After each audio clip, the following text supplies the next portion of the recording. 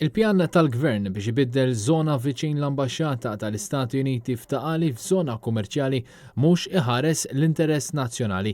Dikjarazzjoni ċara mill-Kamra tal-Periti li hija kontra dan il-pjan massiġġ kif propost attwalment mill-Awtorità tal-Ippjanar.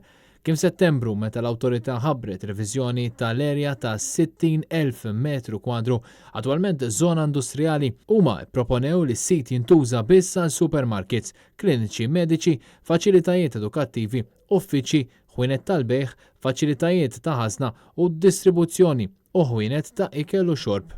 Il-Kamra qalet li madwar id-dinja żviluppata ċentri kummerċjali barra mill-belt huma ġeneralment abbandonati favur faċilitajiet fl-urban li jnaqsu traffiku tal-vetturi, it-tniġġis u l-konġezzjoni.